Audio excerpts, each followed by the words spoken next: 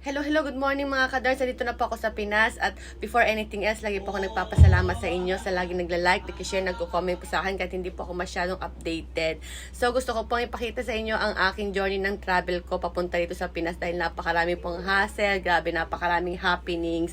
So paki-full watch po ito mga kadars para alam nyo kung ano yung mga pinagdaanan ko. Char! So pasok!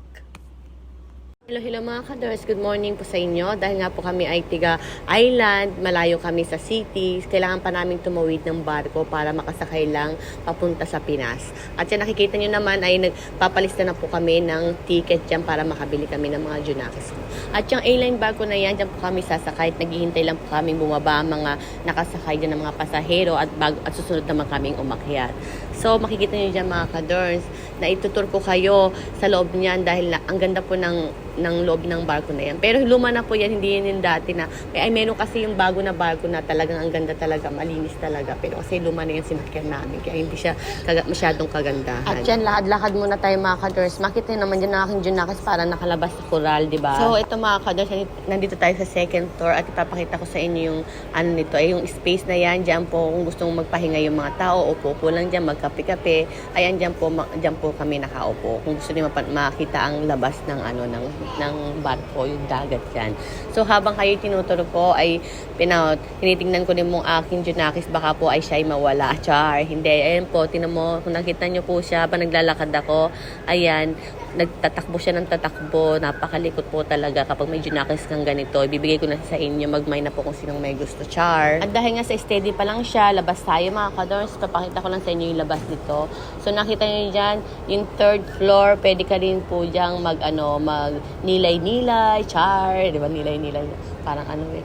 So kapag ako naboboard, pupunta kami dyan sa taas, hindi ko na siya binidyohan niya sa taas. Diyan lang tayo muna sa baba. Baba na tayo mga kadors, ayan, papakita ko sa inyo yung baba dyan. Nasa baba naman po, nakita nyo dyan sa harap, makita nyo po ang information, may counter po dyan. Kapag gusto nyo pong ako kasi po ako mga kadors sa, ayoko kasi yung talagang dikit-dikit ang higaan, po ako dyan sa information ng my bed.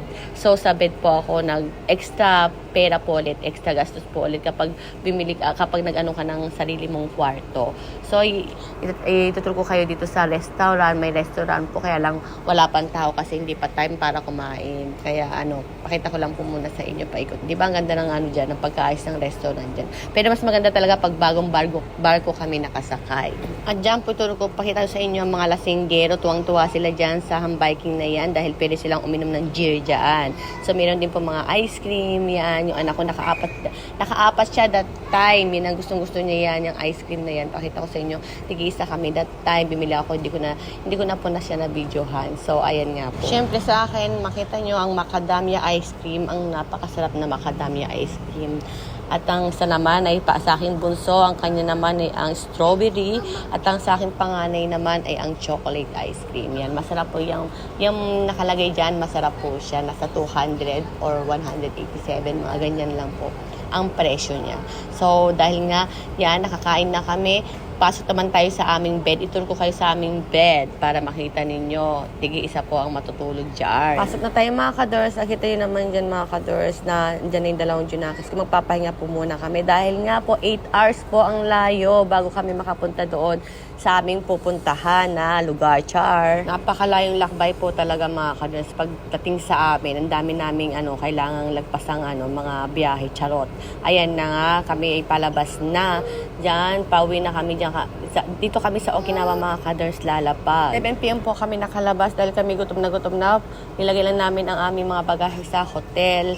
Then, go na kami sa kainan panggabi ng beef steak house. Dito po lahat po yata ng dito ng mga staff dito ay mga Indo po sila. So, ang sarap ang aking in-order ay ang hamburger steak at ang aking junakis ang steak, beef steak. Yan po. Ang sarap po niya. Pati yung soup po, masarap din po siya.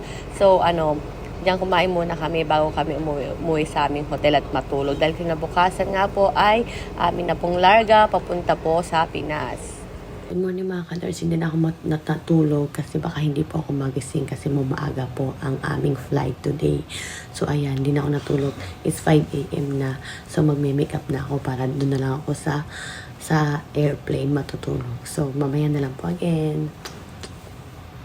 Good morning mga kaders, nakaayos na kami. So, ayan na. Mga junakis ko, nagwe-wait na lang din kami ng taxi para, ayan na. Hindi po ako natulog kasi ayoko matulog kasi nga po, pag ako'y natulog, sigurado baka hindi ako magising. Kaya, para sure na sure, ay, ayan, hindi na ako natulog sa airplane na lang po ako matutulog. So, see you mamaya ulit. So, ayan na nga guys, nandito na kami sa, sa tawag dito. Yan, sa airport ng Okinawa, Naha. Yan. So, dahil nga 8:15 pa, ang airplane po namin ng Eva Air.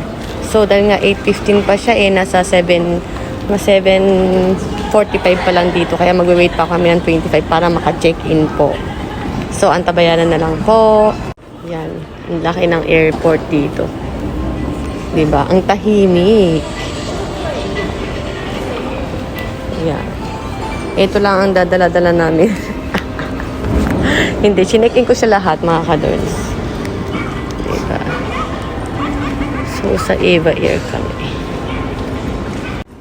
Hindi pa siya lumalabas, pero 10:15 po ang aming larga. Diba? Ang dami doon. But walang masyadong tao, mga kadons. Wala akong nakitang Pilipina. Dati pag ganyan, kasi Okinawa siguro kaya. Kasi ang parang sikat na yun mga Cebu Pacific eh. May outfit yan. Ang dami niyang butas-butas. Outfit natin for today. So, see ya. Mamaya na lang. Hello mga kadas, nagka-problema kami. Baka hindi kami makauwi. Gagawin ko sa inyo mamaya. Sobrang busy talaga. Grabe. Pagod ako. Mga kadern, super happening po talaga. Hindi po kami makakauwi. Kasi po, iba po ang pangalan ng bunso kong anak. Iba po ang pangalan niya. Moriyama po kami ng anak ko. Tapos siya naman po ay Nagayoshi. Kaya po, iba po. Hindi po kami makakauwi today. Kailangan pa namin ng certificate na talagang siya ay anak ko. Grabe ang higpit ko po. Ay, nagmadali pa naman ako. Today, hindi po kami makakauwi today. Pasensya na mga kaders. Dahil pang asikasuhin, no ba yan? Akala ko po talaga hindi na talaga ako makakasakay at makakauwi ng Pinas that time. So, ayun na nga, nakasakay tayo.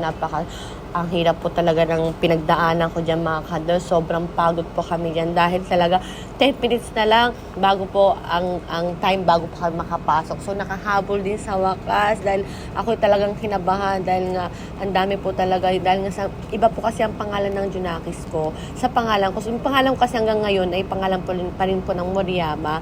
So, yun po yung pangalan ng aking dating asawa. Hindi po siya pangalan ng namatay kong asawa. So, ang fan nito, parang, totoo ko ba siyang anak? Parang ganun. Ang question yun, anak ko ba talaga to? So, kailangan ko pa ng proof na kung talagang anak ko siya, kailangan pa ng paper. So, yung pong inayos ko, doon sa loob po na yun, napunta po kami sa Family Mart o sa 11-11 para makakuha doon sa may copy na yun. Makakuha ako ng file doon na talaga siyang anak, na talaga siya po ay aking anak, ganon. Para kasi ang mangyayari diyan, hindi ko siya anak, ba't ko siya iuwi, 8 years old pa lang, parang ganon ang nangyari. So, di ba? Salamat po sa Lord talaga at nakauwi kami at maganda naman po ang pagka-uwi namin. Sa Pinas ay okay naman po. Sa Taipei po talaga ang higpit po sa Taipei, grabe. Ayoko nang sumakay doon. O ayan na nga, nakalapag na kami sa Taipei at magwe-wait kami ng 3 hours para bago ulit sumakay Taipei to Manila, di ba? Ang layo ng lugar namin, di ba? At kailangan ng dalawang airplane talaga. So, dahil napakatagal ng 3 hours para i-transfer kami doon sa Taipei to Manila naman, yan, naka 5 times yata akong pumunta sa Tobacco Corner para lang magtabakos dahil nga nakakainip po talagang maghintay. Napakalamig pa dyan. So, ayan nga yung pati mga Junakis ko, inip na that time dahil nga 3 hours ang tagal, di ba? Hintay kami dyan sa na yan. So, ayun na nga, at natapos din ang paghihintay, nakasakay na rin kami ng Taipei to Manila, diba? Super struggle yan. Kung nakita nyo lang talaga ang buong scene ng aking istorya dyan sa ating travel tour na yan, talagang Diyos ko, maawa kayo sa amin dahil kami na lang po ang natitira nung papunta dito sa Taipei na to. Talagang pinakalas na kaming nakasakay dahil talagang giri-giri, yung talagang tawag dito talagang yung oras ay konting-konti na lang bago kami makasakay. Ayan, nakasakay na po kami ng Taipei to Manila. At habang nakasakay na kami dyan at binibidyohan ko yung kinakain namin mga kadors. Alam niyo ba, dasal ako ng dasal dyan dahil baka pagdating ko dyan naman sa Maynila ay hindi naman kami ngayon palabasin dahil nga baka questionin na naman ulit ang pangalan ng anak ko, diba? Yun na naman sabi ko, sana huwag ng questionin, sana makalabas kami, baka hindi kami pauwiin, palabasin, baka dumiretso ulit kami, pauwi na naman sa aming pinanggalingan, charot, diba? Yun nga, diba? Ang hirap po talaga. So, noon naman, habang kumakain kami dyan ng masarap ng pagkain dyan, gusto ko talaga guys yung mga pagkain dito sa loob ng ng airplane. Basta gusto ko yung last, yung iba ayaw nila, yung Junakis ko hindi niya nagustuhan eh. So, ako lang yata ang kumain dyan mga kadons. So, ayan na nga. Chicken afritada po ang tawag dito, pero wala siyang masyadong lasa. Masarap pa rin yung chicken afritada natin. Yan. Meron siyang vegetable, meron siyang mga gulay din na nakalagay, may juice din po na apple juice, at kung ano-ano pa po yung mga meron dyan. So, ayan nga, habang tulog siya, ako lang po ang lumalaman niyan yung bunso. Yung anak kong panganay, nakain niya naman lahat, pero hindi daw siya masyadong nasarapan sa pagkain na yan.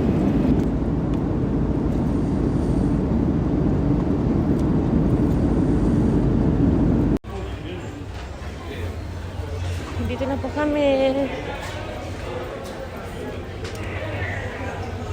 Nakauwi din sa wakas.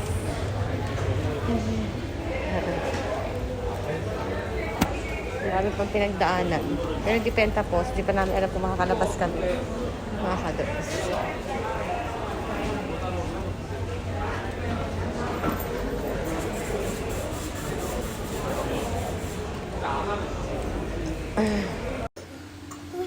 Hello mga kadors, tingnan naman.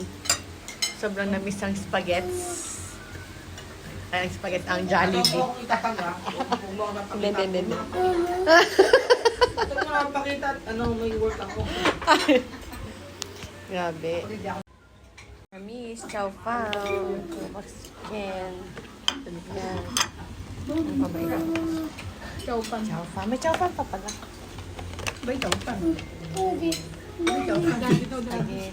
Wow. Spaghetti. Rice din. May chow pan. Namin. Ay namin yung busog na kami. Thanks for watching.